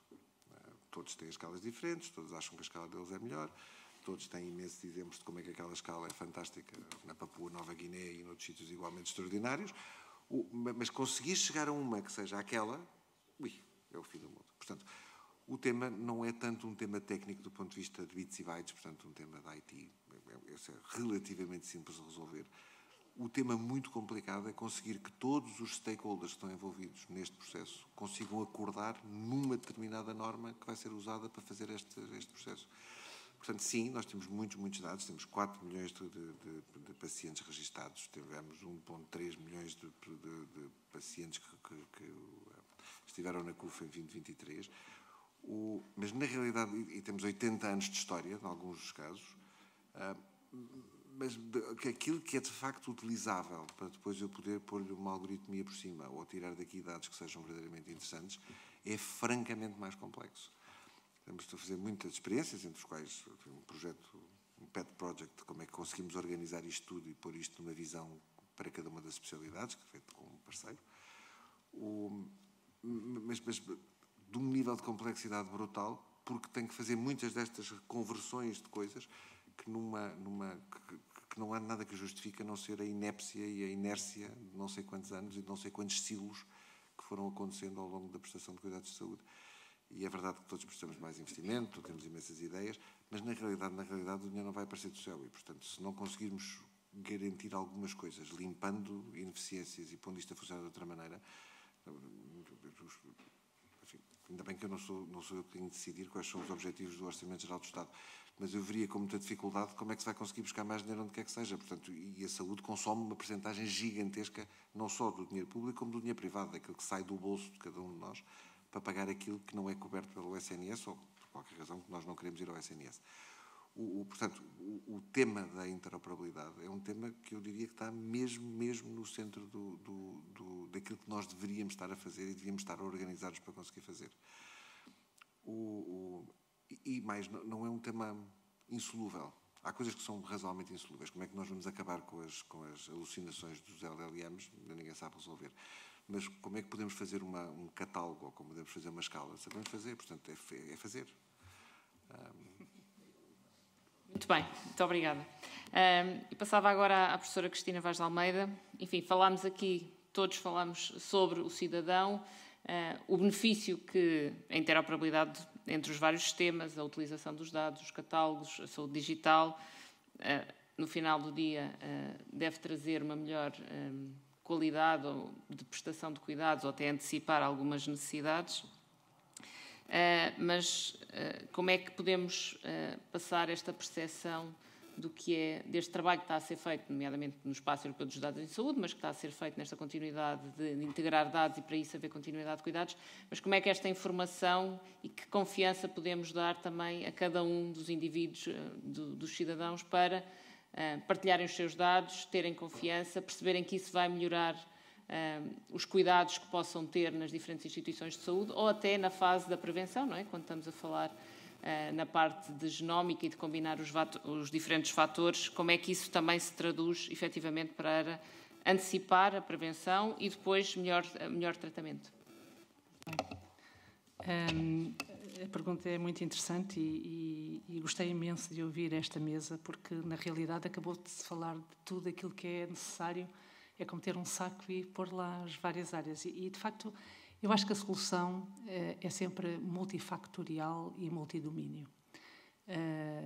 Há múltiplos fatores que contribuem para que o cidadão consiga tomar decisões acertadas em saúde e utilize esses mesmos dados de uma forma correta e pressupõe que haja aqui uma coerência e estratégia, como disse a doutora Magda há pouco, que é preciso estratégia, não é? É preciso perceber à partida qual é o caminho que se vai fazer antes de começar a fazer. Senão acontece como aquilo que o Dr. Júlio disse, que era múltiplos questionários confusos e depois também perceber se esses questionários depois têm coerência, não é? E estava a ouvir a doutora Alexandra Costa a questão das políticas, não é? Tudo começa por cima, não é? Nós podemos ter várias soluções, mas de facto é em cascata, não é?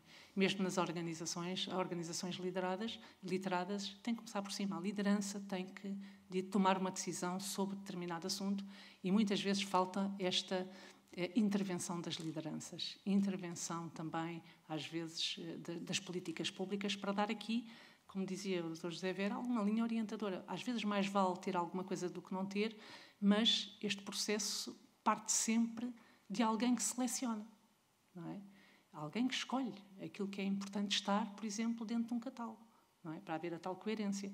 E se essas pessoas não escolherem A, B, C, há esse risco, não é? Nós, quando estamos em disrupção, que estamos num momento grande disruptivo, vamos passar por uma transição em que muitos de nós não compreendemos, também temos que pensar que também o multidomínio e o multiprofissional é essencial. Significa que não podem ser só os IT a decidir, ou só os legisladores a decidirem, ou só os gestores a decidirem. Temos que criar aqui formas integradas, onde estão não só as sociedades científicas, as ordens, a APDCI está a fazer um bom trabalho, quer dizer, só o facto de debater isto já nos permite refletir em conjunto. Mas tem que também estar aqui as associações de doentes, por exemplo, que vão ter um grande papel nesta questão da tomada de decisão em relação aos dados. Tem que estar também aqui o gerador de confiança.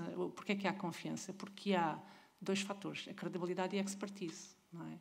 E se o cidadão, e também reforçando aqui as questões da capacitação, evidentemente, e a Sociedade Portuguesa de Literacia em Saúde tem feito isto, é a capacitação dos profissionais, que depois é quase como uma questão de vacinação, que depois vai capacitar os vários indivíduos, os vários pacientes.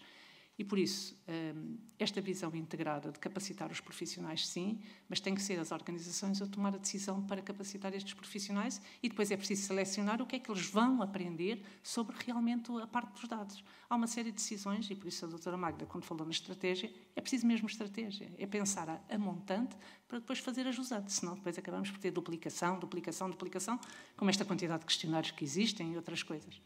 E, por isso, a OCDE, a OMS e outros parceiros internacionais têm dito nós temos de ter mais pensamento analítico. Temos pouco pensamento analítico. Pensamos pouco sobre as coisas porque queremos, de facto, nesta vida de corrida, estar sempre a tomar decisões. E às vezes as decisões são precipitadas. E por isso, quando se escolhem dados, não é? Só o próprio questão de escolher que dados é alguém que está por trás que está a dizer pomos estes, não pomos estes, são simples, não são, mas há sempre algo que vai ficar por fora.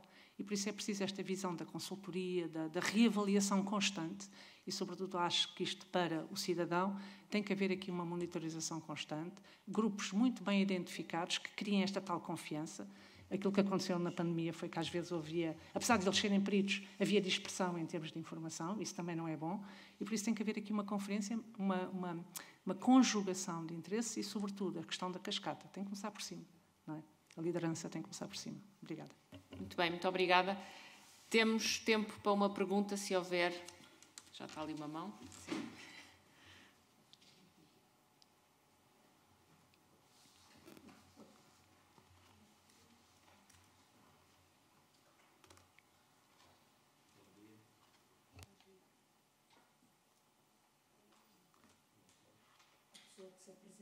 Sim, o Luís Vidigal. Sim, claro, sim. Bom dia, Luís Vidigal, um histórico da APDSI. Preocupado com esta questão da interoperabilidade e muito, desde sempre e em todas as áreas, não é só na saúde.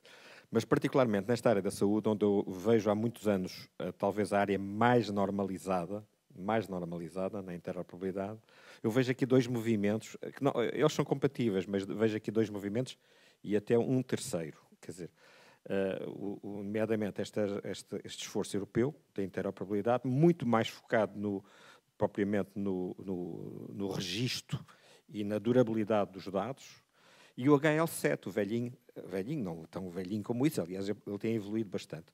E não se falou aqui muito, ou quase nada, no HL7. Em que medida é que o HL7 e as normas europeias, digamos, se integram e falam umas com as outras? Isso é a questão. E há aqui um terceiro elefante na sala, que é o Sr. Tim Berners-Lee, que neste momento já está a interagir com vários sistemas de saúde, nomeadamente com o Reino Unido, a Dinamarca e outros, com o seu projeto SOLID. E os pods, quer dizer, que põem, no fundo, a informação de saúde nas mãos das próprias pessoas, no fundo, que são os titulares dos dados. Não sei se têm conhecimento disto, do projeto SOLID do Sir Tim Berners-Lee, o criador da World Wide Web. Agora, uma segunda pergunta, essa pós-Noma. Estão-se a criar bancos de dados universais monstruosos. Eu próprio tenho lá, não é? Portanto, por exemplo, o caso do MyHeritage, digamos que já me disseram de que é que eu vou morrer, não é? Através da minha saliva, já, portanto, como é que é? Isto é compatível? Estas bases de dados, estes bancos de dados monstruosos de genomas humanos, estão de acordo com as boas regras, as boas práticas? Primeira pergunta, quem quer aceitar o desafio? José Vera. Eu imaginei quem quer, era uma questão filosófica. Bom, como disse muito bem, protocolos há muitos. O HL7 tem uma vantagem de ser talvez o mais antigo deles, específico para a saúde, embora tenha todas as limitações que esse tipo de protocolo traz, que é uma coisa muito transacional. Existem outros, nomeadamente o FHIR, que tem várias vantagens sobre o HL7. Uma delas é tornar francamente mais fácil aquilo que é a construção da própria mensagem e do XML que lhe está agarrado. E a segunda é que, sendo uma coisa menos transacional, permite ter uma conversa com mais tempo. E uma boa parte destes temas de saúde não se esgotam numa interação transacional à banca, em que entra dinheiro, sai dinheiro, mas tem um processo e uma evolução que vai desde dos temas financeiros aos temas do prestador de saúde, a uma linha. Portanto, enfim, mas tentando ser muito sucinto, o nosso problema não é a inexistência dos protocolos. Os protocolos são, neste momento, robustos, mas muito robustos. O HL7V2 é mesmo muito robusto, funciona muito bem. O FHIR é magnífico. O tema é o que é que nós lá pomos dentro depois. Portanto, o maior problema é eu até mando bits de um lado para o outro, mas eu tenho que garantir que quer de um lado, quer do outro. Eu sei o que é que estou a mandar e o codifico de uma forma correta, e quando o recebo do outro lado consigo entender aquilo que foi enviado. E esse tem sido, acho eu, o grande problema para que este tema da interoperabilidade consiga ser uma coisa muito mais eficaz do que o que tem sido até agora. Quer na componente estritamente financeira, portanto a ligação com os prestadores, com os pagadores, quer na componente dos dados de saúde. E é por isso que eu referi há pouco que o trabalho da publicação dos catálogos da SPMS, com todos os eventuais defeitos que todos os profissionais de saúde lhes apontam, tem pelo menos a grande vantagem de começar a ser uma língua franca que todos podemos começar a usar. E ao fazer isso, de facto, torna o resto do problema uma coisa mesmo muito fácil de resolver. Quanto a mim, aquilo que é a pedra de toque que tornou esta questão da interoperabilidade tão difícil. Isto e outros dois temas. O primeiro é, nós achamos sempre que somos mais inteligentes que o parceiro do lado e que se eu definir aquilo que é o meu catálogo e a minha utilização mais ou menos diferente daquilo que é o HL7 ou a minha extensão ao HL7 ou ao FHIR, que vou ficar com um protocolo que é muito melhor do que os outros. Em Portugal há 10 instituições pagadoras que têm web services para a componente ambulatória no caso dos privados. Se eu lhe mostrasse os 10 lista de web services, a forma como estão construídos, era muito difícil alguém acreditar que se propunham resolver o mesmo problema.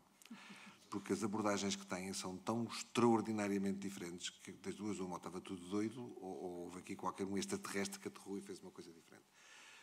Toda a gente concorda com isto. Não há ninguém que não concorde. Isto já foi discutido na APHP, já foi discutido na APS, já foi discutido em múltiplos sítios. Qual é o problema? Então vá, se não são todos diferentes, qual é que é o igual? E o passo seguinte foi, então vamos criar um sistema que vai construir o próximo grande nível de protocolos e de interligação, que eventualmente lá para 2050 está pronto, e no entretanto mantemos aquilo que temos à data. Portanto, esta é a nossa incapacidade de perceber que às vezes há coisas que são suficientemente boas e de ter se calhar a humildade para olhar para aqueles 10 protocolos e dizer, olha, destes 10 instituições há um que por qualquer razão é ligeiramente melhor que os outros e portanto vamos todos adotar este. É uma coisa que nos está, eu acho que deve ser genético, é uma coisa que nos está, somos incapazes, não tem. Este é o primeiro. O segundo é o desfoque. Portanto, nós nesta história de queremos sempre ir a todas, na realidade, de vez em quando não vamos a nenhuma. Portanto, como queremos ter tudo e mais um par de botas e andamos todos muito preocupados com a inteligência artificial, das coisas mais extraordinárias, perdemos o foco das coisas que podíamos resolver já e que têm impacto já. Portanto, ter um sistema de inteligência artificial magnífico, que olha para o genoma e decide qual é que a pessoa vai morrer daqui a 80 anos, não resolve o problema de ir ao dentista hoje. E, portanto, se calhar a gente podia resolver o problema de ir ao dentista hoje e ter os outros 79 anos para resolver porque é que o senhor vai morrer aos 80. Mas isto não é fácil, porque os senhores que vendem software, obviamente, têm uma capacidade de marketing monumental e, de repente, convenceram toda a gente que a resolução dos problemas do mundo vinha com a inteligência artificial. E isto desfoca-nos das coisas muito básicas que temos para fazer e que tinham um impacto gigantesco na vida dos portugueses. Nós todos que aqui estamos. Que simplificavam a vida à séria. Mas pronto, é o que é. É o que podemos. Bom, se calhar passava só aqui à doutora Alexandra para responder à segunda parte da pergunta e depois à professora Maria Helena. Bem, relativamente aqui à questão dos nomes, há aqui uma grande diferença entre este projeto europeu e que tem sempre como linha basilar os princípios da União Europeia, o primado da segurança, da garantia da confidencialidade e da privacidade, mas também garantir que, no caso de um cidadão saudável, e esta é uma das grandes discussões também na introdução da medicina genómica, nós vamos fazer a oferta destes serviços, entre aspas, apenas para os indivíduos doentes, no momento de um diagnóstico, de um tratamento, ou vamos estender também aos indivíduos ditos saudáveis, no âmbito da prevenção. E depois os sistemas de saúde têm a capacidade de atuar perante essas respostas que possam advir da análise do genoma. E também temos aqui, e pelo menos é isto que a União Europeia também quer garantir, o primado da autonomia. Eu poder decidir se eu quero ser informada sobre potenciais problemas que possam advir ao longo do meu ciclo de vida ou não. Eu posso fazer essa escolha. E também há aqui um primado, e foi por isto que provavelmente a União Europeia se blindou primeiro do regulamento para depois lançar estas iniciativas, tanto escudadas na garantia deste primado básico daquilo que são os valores europeus, também a questão do esquecimento. Mas como é que poderemos garantir o esquecimento dos dados genómicos? Porque eles são a nossa identidade. E não só a nossa, como provavelmente a dos nossos familiares. E, portanto, aquilo que vimos aqui em alguns movimentos que também entraram na Europa, onde é proibida a comercialização desses testes, foi que as pessoas eram induzidas, de uma certa forma, a comprar até na Amazon um teste 23andMe para saber a minha ancestralidade ou outras coisas que mais. Só se esqueceram, também porque nos faltava essa literacia ou esse conhecimento, o que é que essas empresas vão fazer com aqueles dados que estão armazenados. Posso fazer uma série de coisas para além do resultado que eu lhe dou, e é isto que a medicina genómica, que é tida como um eixo na saúde, quer evitar. Portanto, não há a discriminação dos cidadãos com base em informações que não foram solicitadas, se querem ou não ser informadas sobre potenciais patologias que possam vir a desenvolver no seu ciclo de vida, porque ainda não sabemos tudo, não é? Temos sempre aquele paradoxo do iceberg, aquilo que sabemos é apenas uma pontinha, e existem muitas variantes genéticas que podem ter um significado, podem ser acionáveis, mas existem outras que o significado é desconhecido. E o que pode acontecer também com estes genomas é, ok, agora temos um novo conhecimento, aquilo que está no nosso banco de dados e para os quais temos consentimento para recontactar esse cidadão, nós vamos fazer uma nova corrida à procura de variantes que podem ter algum significado, e o cidadão só pode ser recontactado se tiver dado esse consentimento. Portanto, temos aqui alguns princípios básicos do direito, especialmente da privacidade, da confidencialidade, o direito à autonomia, de escolher quer ou não saber, e também procurar proteger o cidadão, se calhar, desta altercação que é receber um diagnóstico de que daqui a 5 anos posso vir a desenvolver isto, daqui a 10, e não termos depois a capacidade, enquanto sistema social, não só de saúde, de dar resposta a estas inquietações dos cidadãos perante esta decisão. E agora o que é que eu faço? Portanto, dizer que no caso daquilo que está a ser pensado para a União Europeia não tem nada a ver com esses kits comerciais com os quais não fazemos ideia o que é que vão fazer com os nossos dados para além daquele relatório que recebemos, e sempre esta garantia de que há direitos fundamentais que estão em primeiro lugar. Não sei. Muito bem, muito obrigada. Acho que a professora tinha uma... Bom, já vamos, não tarda, terminamos. Só referi cá a PDS. Deixa-me só dizer uma palavra a acrescentar a esta discussão. Eu queria só acrescentar a Maria Luís Cardoso, do Instituto Ricardo Jorge, e eu gostaria só de complementar em relação...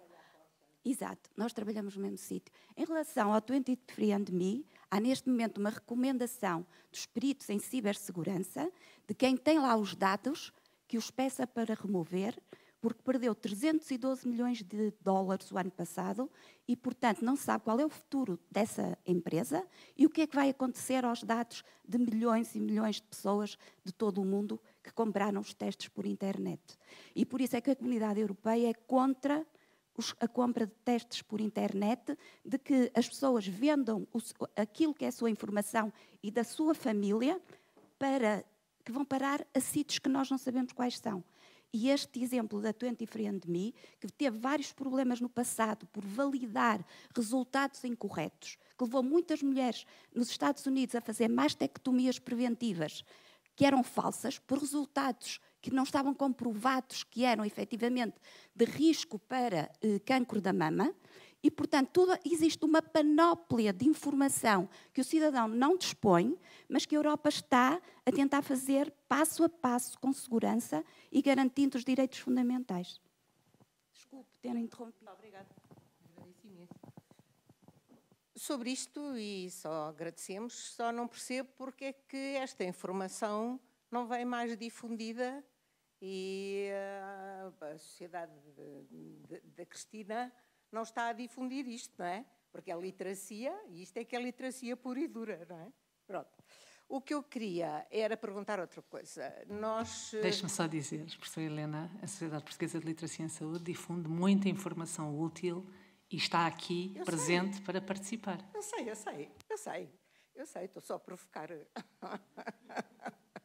E muito obrigado por ter vindo, e faço parte, são centenas de pessoas que andam todos os dias, várias vezes, a comunicar. Mas é pouco, é insuficiente, e eu sempre aproveito a oportunidade de chamar a atenção que a sociedade civil devia ser mais robusta, mais forte, e ter mais atuação de formação dos indivíduos, quer mais velhos, quer mais novos.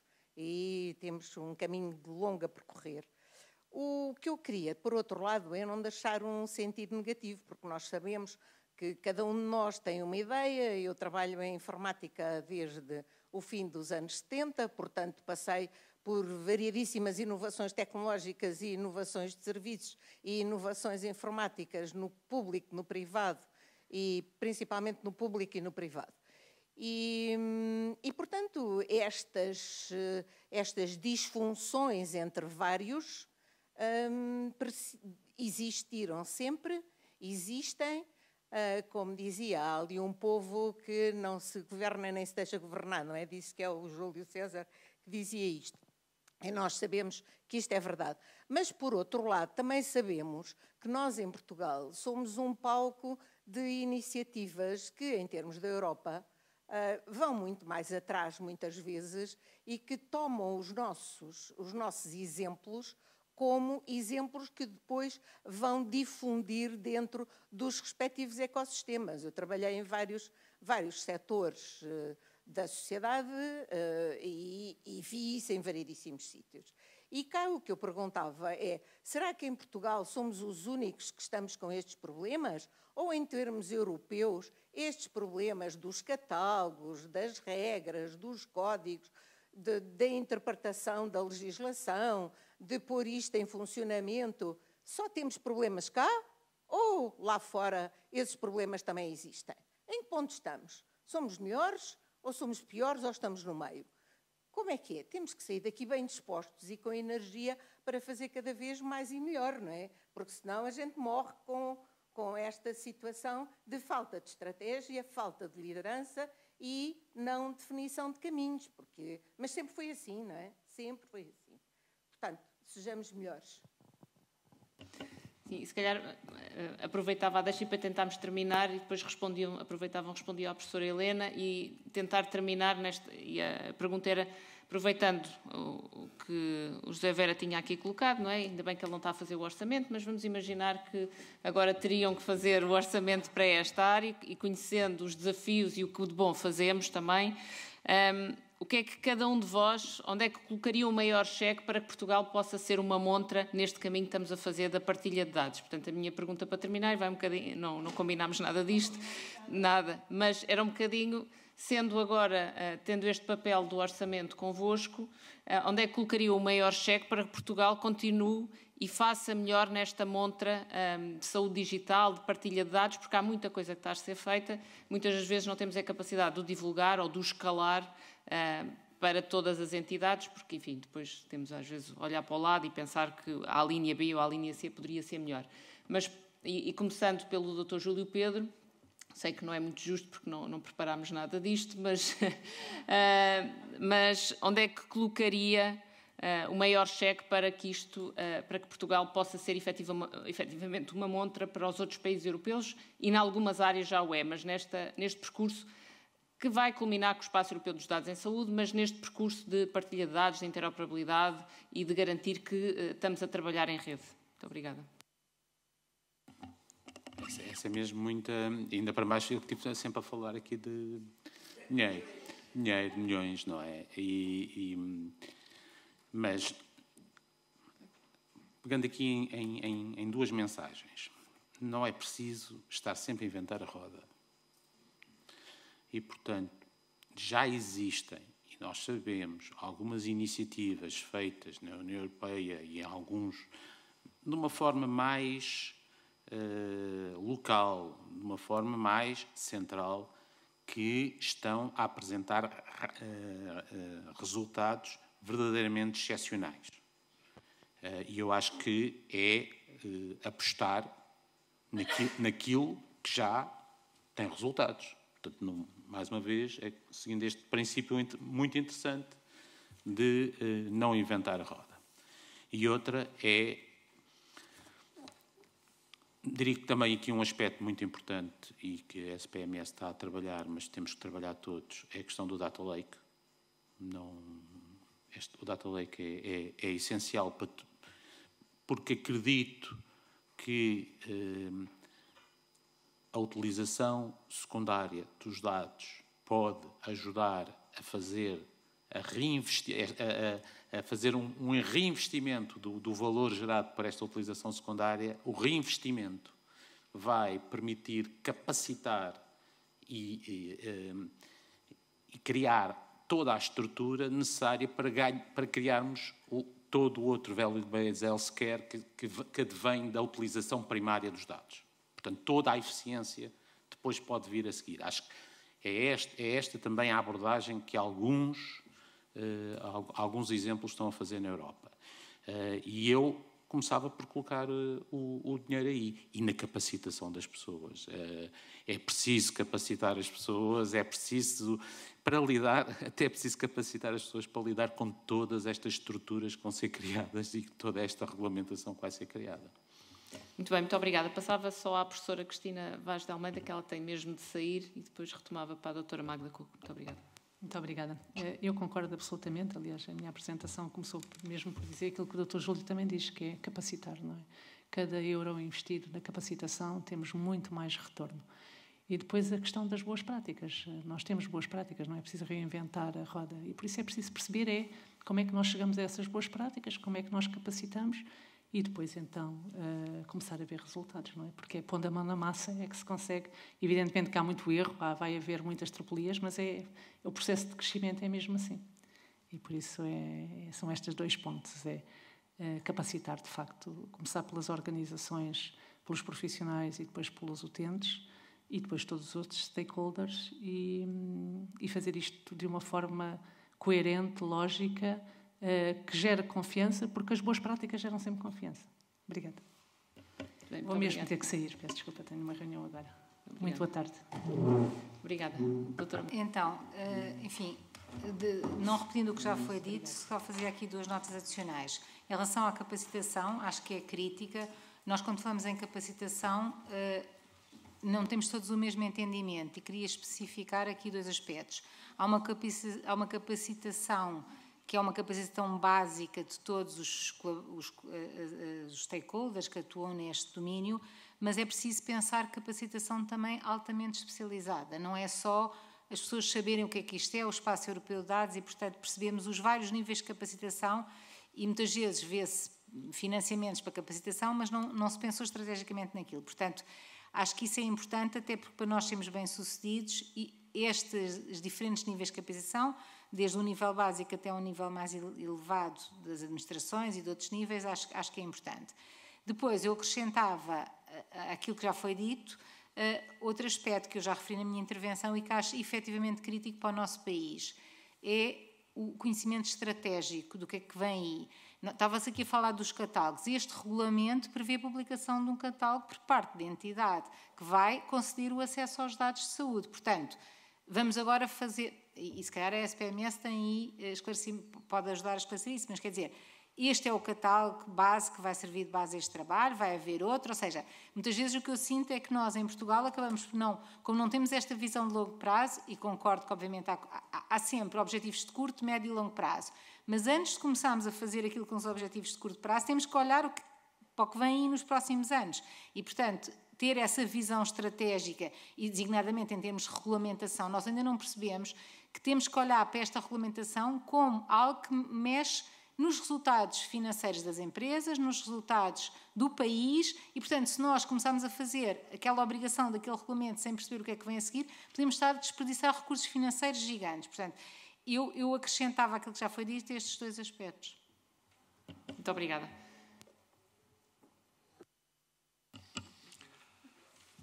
Bom, eu volto a reiterar que ainda bem que não sou eu que tenho que tomar essa decisão, porque ia ser uma decisão errada de certeza absoluta. O que é que eu faria? Olha, eu fazia 2 coisas. Primeiro, concordo que é absolutamente crítico saber para onde é que queremos ir e quais são os objetivos de longo prazo. É muito difícil saber se lá chegamos se não sabemos para onde é que queremos ir, portanto, convém saber qual é o objetivo. Eu acho que os objetivos, enfim, chegam-se lá de várias maneiras. Acho que nesta fase do campeonato, e para uma boa parte daquilo que nós estamos a falar aqui, eu tenderia a tornar a coisa mais diretiva. Eu tenderia a dizer, não sei muito bem, em termos legais, o que é que isto quer dizer, mas tenderia a dar ao Ministério da Saúde a capacidade para fazer acontecer. Fazer acontecer do ponto de vista normativo. Dizer, olha, isto vai ter que acontecer assim. O catálogo vai ser este. O protocolo vamos usar o HL7V2 ou o FHIR, qualquer coisa. Esta é a mensagem que vai correr. E tem X meses ou X anos para fazer. Toda a gente se iria queixar imenso, que não tinha recursos, que isto, aquilo e aquilo, mas na realidade é o que as finanças fazem, não é? As finanças não fazem uma consulta pública a saber como é que vai ser o próximo, a operação do IVA ou a Aquilo acontece e todas as empresas têm X tempo para fazer aquilo acontecer. Nos primeiros tempos havia várias parangonas nos jornais, nos dias que vão correndo, não me lembro da última que aconteceu, e as finanças não deixaram de fazer decretos e não deixaram de alterar o código do IVA e o IRC e essas coisas todas, e continuaram os prazos a ser cada vez mais curtos, numa tendência de que um dia destes, quando sair o bendito do decreto no Diário da República, já era para o dia anterior. Portanto, não sou apologista que se vá uma coisa tão longe, mas apologista no sentido de que seja muito mais diretivo.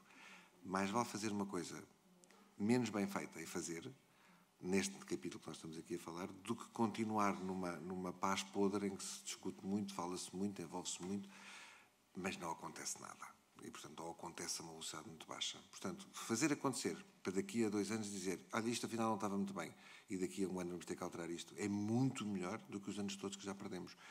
Eu, a primeira vez que fui a uma destas coisas de interoperabilidade da União Europeia foi em 2017, uma coisa que houve em Salónica, e estávamos rigorosamente no mesmo ponto em que estamos hoje. Portanto, isto foi em 2017, estamos em 2024. Corremos o risco do meu neto, se um dia se sentar aqui e dizer, bom, em 2017, há 100 anos atrás, houve uma reunião em Salónica da Comissão Europeia. E a coisa está exatamente como estava. Portanto, ora, vamos fazer. Vamos dar ao Ministério da Saúde, porque não há alternativa, tem que ser... Uma democracia é assim que as coisas mais ou menos funcionam. Portanto, que regule, que faça acontecer, há lá finanças. As finanças são um excelente exemplo. Nós, há uns anos atrás, tínhamos uma cultura que se mudou radicalmente à conta da forma como o Ministério das Finanças abordou isto. E daquilo que conseguiu fazer e daquilo que conseguiu mudar a cultura. Se funcionou bem num, vamos tentar no outro e ver se a coisa funciona. Portanto, era isto que eu faria. Muito bem, muito obrigada. Isto é a minha posição, não é da CUF. Como estão bem de ver, nunca discuti isto com ninguém da CUF. Era o teu cheque para o orçamento. Portanto, eu não vou ser aqui a pessoa que vai ser o dissidente, portanto, eu também apostaria completamente na capacitação, sobretudo também na forma como os gestores e os administradores, talvez por esta proximidade ao poder político, tenham de entregar estes assuntos, não é? Explicar de uma forma simples e de que forma é que a tutela e quem a dirige pode tomar aqui algumas decisões em termos de orçamento. E, por outro lado, às organizações, as próprias que tenham este pensamento mais estratégico, procurar olhar para o futuro, olhando primeiro para dentro, da forma como organizam os seus recursos, quem são os recursos que têm, que novas capacidades é que esses recursos podem também ser dotados com reciclagem formativa, com novas formações, porque há de facto muitas oportunidades e sabemos que algumas destas inovações vão precisar de recursos altamente especializados, não existirão capacidade de ir buscá-los fora daquilo que já são os recursos existentes e, portanto, quem são os recursos que podemos aprimorar se olharmos para dentro e tivermos esse olhar estratégico para o futuro e do que ambicionamos enquanto visão para as próprias organizações, se calhar não esperando que tudo aconteça do lado normativo, mas antecipando um bocadinho esta visão estratégica. Obrigada. Muito bem, muito obrigada. Bom, e já passámos aqui um bocadinho do tempo. Não tenho para dizer que agradecer muito a partilha e o tempo que disponibilizaram para vir aqui. Foi ótimo, muito obrigada. Acho que todos trouxeram, desde as apresentações iniciais, muitos bons exemplos do que já se faz em Portugal. Isso acho que temos que reter e temos que ter a capacidade de escalar e pensar que, por ser feito numa entidade pública, a sul ou a norte é indiferente, ela pode ser replicada entre entidades públicas e privadas igual. E, portanto, se nós conseguíssemos ter aqui um software de inteligência artificial, tivesse a medir as palavras que mais foram repetidas e agora tivesse aqui a fazer um gráfico, ou aquelas palavras mais destacadas, eu diria que é ter uma estratégia e uma visão onde é que queremos chegar, a interoperabilidade, a capacitação e copiar e adaptar o que já está bem feito. Acho que foram temas que aqui foram falados. Portanto, eu acredito sempre que Portugal pode ser uma boa montra do digital para a saúde. Temos as capacidades, temos a curiosidade, queremos fazê-lo e, portanto, acho que é sair daqui com o espírito que vamos conseguir atingir o espaço europeu dos dados em saúde, mas já estamos a fazer muito. E conseguimos, o Dr. Nuno Costa deu aqui o exemplo que somos do país da União Europeia, onde já partilhamos com vários países da União Europeia, somos o primeiro nesse ranking em termos de partilha, quer do resumo do clínico eletrónico, quer das prescrições, quer a prescrição, quer a fase da dispensa. E, portanto, estes são bons exemplos, até quando fazemos o benchmark com outros países europeus e, portanto, potenciar isso e continuar a capacitar e a envolver os vários players, e na comunicação penso que estaremos todos no bom caminho. Mais uma vez, muito obrigada, e muito obrigada a todos que estiveram connosco na audiência a acompanhar, e continuem a acompanhar os eventos da APDSI. Até final do ano vamos ter muito mais iniciativas. Agradecemos que nos acompanhem e que nos apoiem, quer individualmente, quer coletivamente. Muito obrigada e um bom resto de dia. Obrigada.